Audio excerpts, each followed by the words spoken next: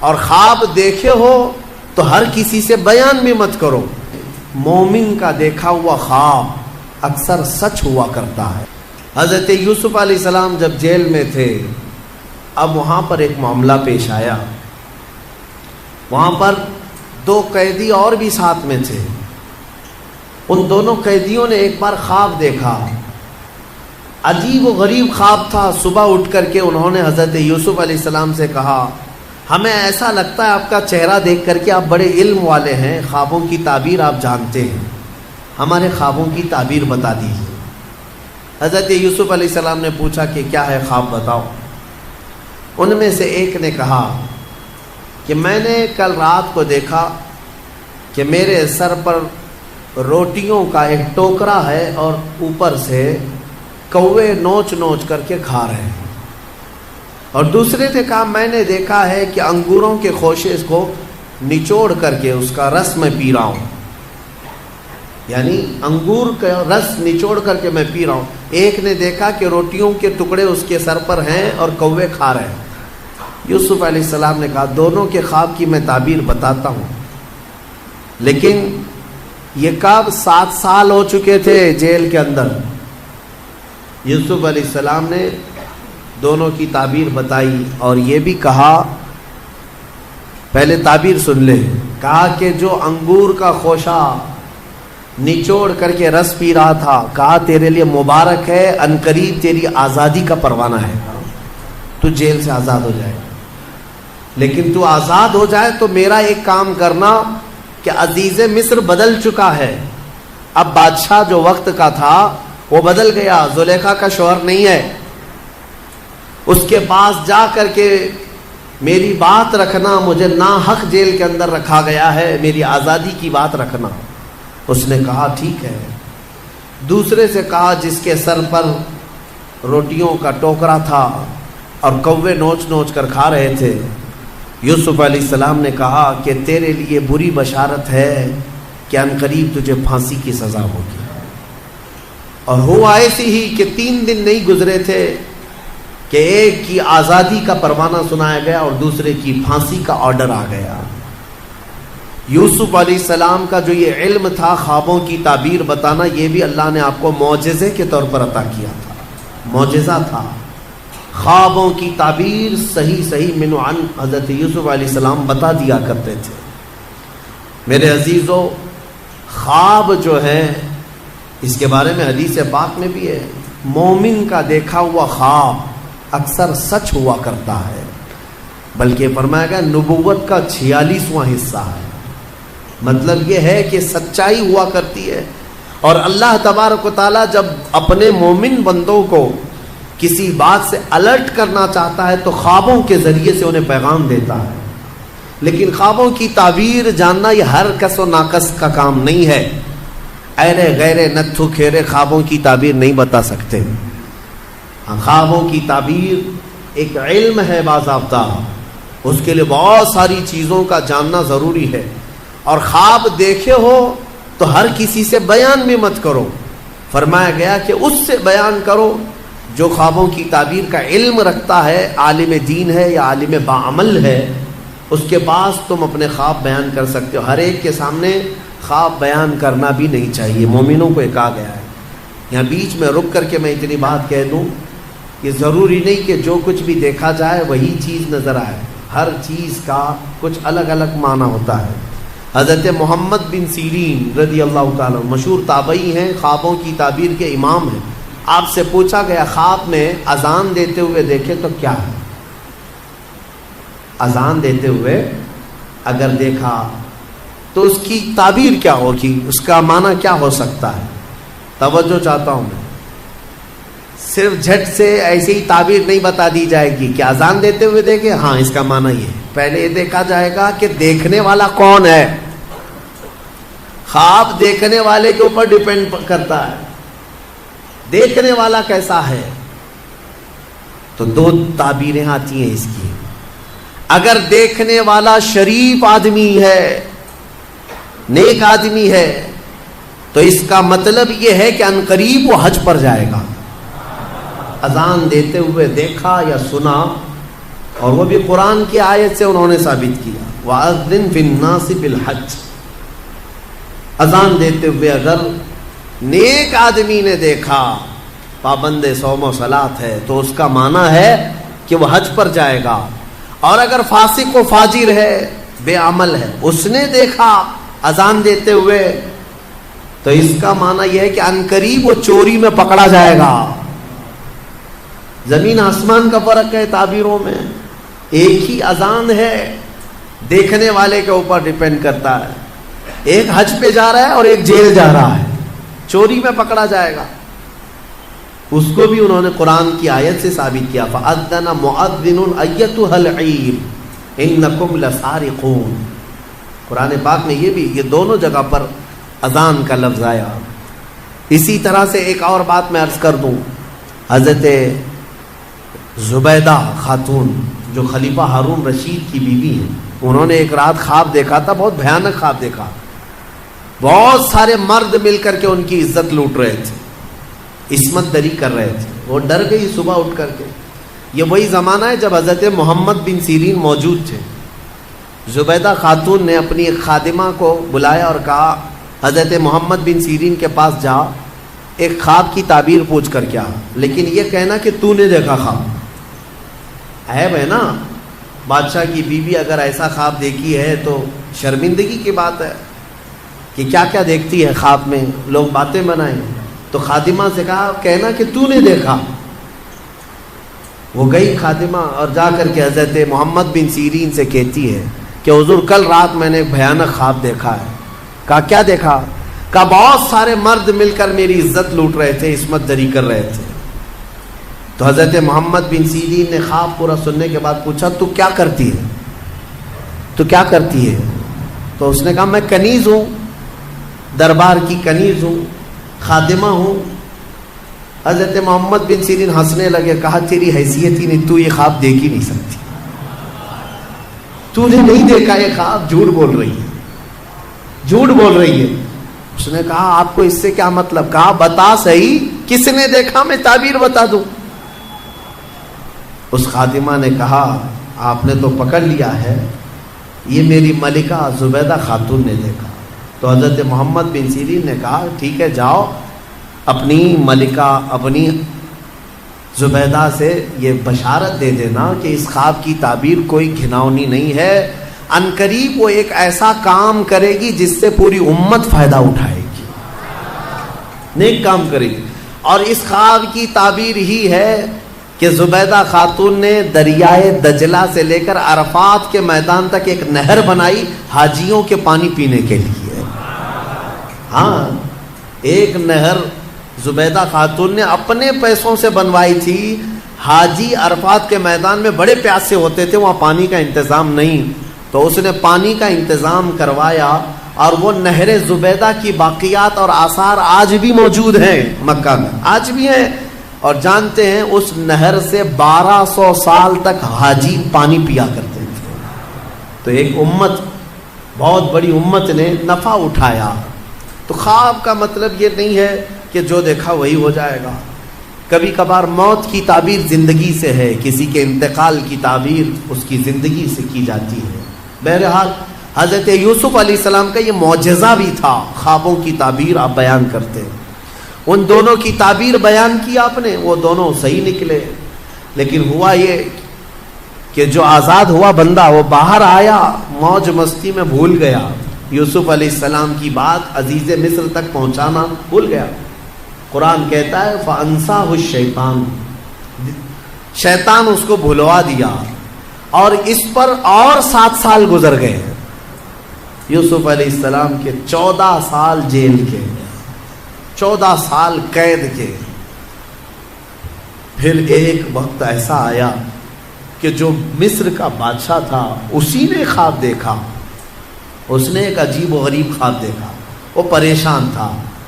دوسرے دن صبح اٹھا، سارے نجومیوں کو جمع کیا اور سب کو جمع کر کے کہنے لگا وقال الملك انی ارى 7 بقرات سمان یاکلهن 7 عجاف و7 سنبلات خضر واخر یابسات.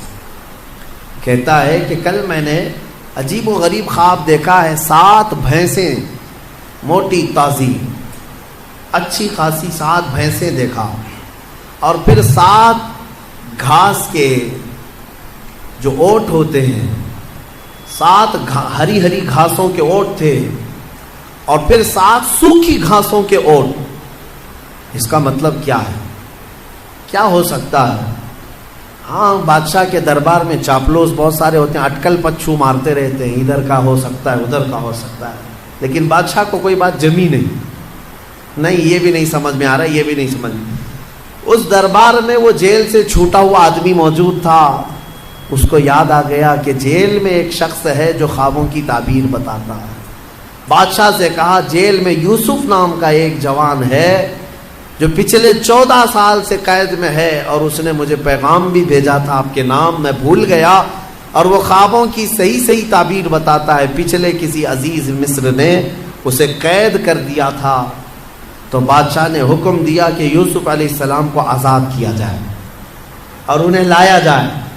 یوسف علیہ السلام کو آزاد کیا گیا اور دربار شاہی میں لایا گیا۔ تو آپ کا جو عزیز مصر تھا اس نے اپنا خواب بیان کیا، تو یوسف علیہ السلام نے خواب کی سچی تعبیر یوں بتائی، کہا کہ اے بادشاہ، اے عزیز مصر، اس خواب کی تعبیر یہ ہے کہ اگلے آنے والے 7 سال تمہارے خوشحالی کے ہوں گے، بہت خوشحالی ہوگی، اور ہر جگہ ہریالی سبزے ہوں گے، اور پھر اس کے بعد 7 سال ایسے آئیں گے جس میں قحط پڑ جائے گا، کوئی زمین میں سبزہ نہیں ہوگا، یہاں تک کہ لوگ بھوکے پیاسے مرنے لگ جائیں گے۔ لہٰذا تیرے لیے یہ حکم ہے کہ یہ اگلے جو 7 سال آئیں گے اس میں سارا غلہ جمع کر لے اور سارا اپنے لیے محفوظ ٹھکانہ بنا لے، تاکہ جب قحط کے سال آئیں تو یہ جمع شدہ غلہ اپنی رعایا میں تقسیم کیا جا سکے۔ یہ خواب کی تعبیر۔ بادشاہ کو بات سمجھ میں آ گئی کہ ہاں بالکل یہ تعبیر درست ہو سکتی ہے۔ اس نے پھر محسوس کیا کہ 1 سال کے بعد ہی مصر میں ہریالی، سبزے کی فراوانی، اناج، غلہ، کثرت سے برکت۔ تو بادشاہ کو سمجھ میں آ گیا کہ میری خواب کی تعبیر صحیح ہے۔ پھر 7 سال اس نے یوسف علیہ السلام کے کہنے کے مطابق غلہ جمع کرنا شروع کیا، خوب جمع کیا، وافر مقدار میں ساری چیزیں جمع ہوئی۔ 7 سال گزرنے کے بعد پھر قحط سالی کا دور شروع ہوا، سوکھا پڑ گیا، زمینیں کچھ نہیں اگاتی تھی، بارشیں رک گئی۔ پھر جب لوگ قحط سالی میں پریشان ہو کر بھوکے گھومنے لگے، یہاں تک کہ لوگوں کے پاس جو تھا سب بیچ دیا، لوگوں نے گھر بیچ دیے، جائیدادیں بیچ دی، زمینیں بیچ دی، حتیٰ کہ اپنے آپ کو بھی بیچ دیا لوگوں نے۔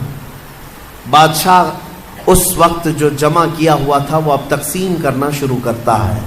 اب یوسف علیہ السلام کی بتائی ہوئی تعبیر من و عن جب صحیح ثابت ہوئی تو بادشاہ نے حضرت یوسف علیہ السلام کو وزیر اعظم بنا دیا، اپنے دربار کا خاص وزیر بنایا۔ اور قرآن میں مولا فرماتا ہے کہ ہم نے یوسف کو کہاں سے کہاں پہنچایا۔ یہ سفر یوسف ہے، دیکھنا ہے میرے عزیزوں۔ ابھی اور میں آپ کو آگے بتاتا ہوں کہاں سے یوسف علیہ السلام چلے۔ زندگی میں کیا آتا ہے اور کیا جاتا ہے تم کبھی فیصلہ نہیں کر سکو گے۔ یوسف علیہ السلام وزیر اعظم کے منصب پر قائم ہوئے، اور پھر جب قحط سالی کا دور شروع ہوا تو وہ وقت بھی آیا کہ جب لوگ بھوکے پیاسے بادشاہ کی طرف آتے، بادشاہ غلہ اور اناج تقسیم کرتا۔ ادھر یعقوب علیہ السلام کے جو 10 بیٹے تھے وہ اپنے گاؤں میں بھی قحط سالی کے شکار ہو چکے تھے، اور جب انہیں خبر پہنچی کہ مصر کے بادشاہ سے غلہ اور اناج تقسیم ہو رہا ہے تو انہوں نے حضرت یعقوب علیہ السلام سے کہا، اچھا وہاں پر ایک مسئلہ یہ ہو گیا تھا، یوسف علیہ السلام کے جانے کے کچھ سالوں بعد یعقوب علیہ السلام کے گھر ایک اور بیٹے کی ولادت ہوئی جن کا نام بنیامین تھا، بنیامین۔ اب یعقوب علیہ السلام ان کو اپنے قریب رکھنے لگے، وہ سب سے چھوٹے تھے، یوسف علیہ السلام کے بدل ان سے محبت کرتے تھے، لیکن 10 بھائیوں نے اب حسد نہیں کیا، کہا چھوڑو جانے دو، اب دوسری بار کریں گے تو کچھ اور پلٹ نہ جائے۔ پہلی مرتبہ کیا تھا، پلٹ گئے، باپ سے دور ہو گئے تھے، لیکن 10 لوگ یعقوب علیہ السلام کے پاس آتے ہیں, کہتے ہیں کہ اب کیا کریں. یعقوب علیہ السلام نے کہا جاؤ عزیز مصر سے ہمارے حصے کا بھی غلہ لے آؤ. جب وہ پہنچے تو یہاں پر بادشاہ کے دربار میں آئے. میرے عزیز تو کافی سال کا عرصہ گزر چکا ہے, کئی سال گزر گئے, تقریباً 25 سے 30 سال کا عرصہ گزر گیا ہوگا. اور اس وقت وہ آئے, یوسف علیہ السلام کو انہوں نے نہیں پہچانا. یوسف علیہ السلام ہر ایک کے چہرے کو غور سے پہچانتے تھے, اچھے سے جانتے تھے, یہ میرے بھائی ہیں. انہوں نے کہا کہ ہمیں غلہ دے دیا جائے ہمارے حصے کا. یوسف علیہ السلام نے کہا کتنے لوگ ہیں تمہارے گھر میں؟ کہا ہم 10 ہیں, ہمارے باپ ہیں. کہا اور بھی ہے؟ کہا ہاں ایک چھوٹا بھائی ہے ہمارا. یوسف علیہ السلام کو اس بات کی خبر تھی کہ ان کے ایک چھوٹے بھائی کی ولادت ہوئی ہے اور باپ انہیں زیادہ چاہتے ہیں. یوسف علیہ السلام نے کہا تمہیں غلہ اور اناج اس وقت تک نہیں دیا جائے گا جب تک وہ چھوٹا بھائی بھی نہیں آئے گا. جاؤ اس کو ساتھ لے آؤ. وہ سب کھڑے رہے اور کہا کہ یہ تو نہیں ہوگا, ہمارے باپ بھیجیں گے نہیں. کہا کیوں نہیں بھیجیں گے؟ کہا اس سے پہلے ہمارے ایک بھائی کے ساتھ حادثہ ہوا ہے. وہ بتا رہے یوسف علیہ السلام,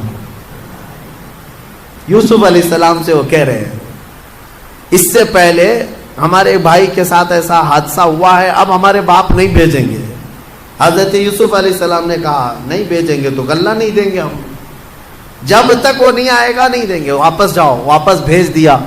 روتے ہوئے آئے, اپنے باپ سے کہا, یوسف علیہ السلام یہ یعقوب علیہ السلام سے کہا بادشاہ کا وزیر اعظم بڑا سخت ہے, وہ کہتا ہے کہ جب تک آپ اپنے اس چھوٹے شہزادے کو نہیں بھیجیں گے.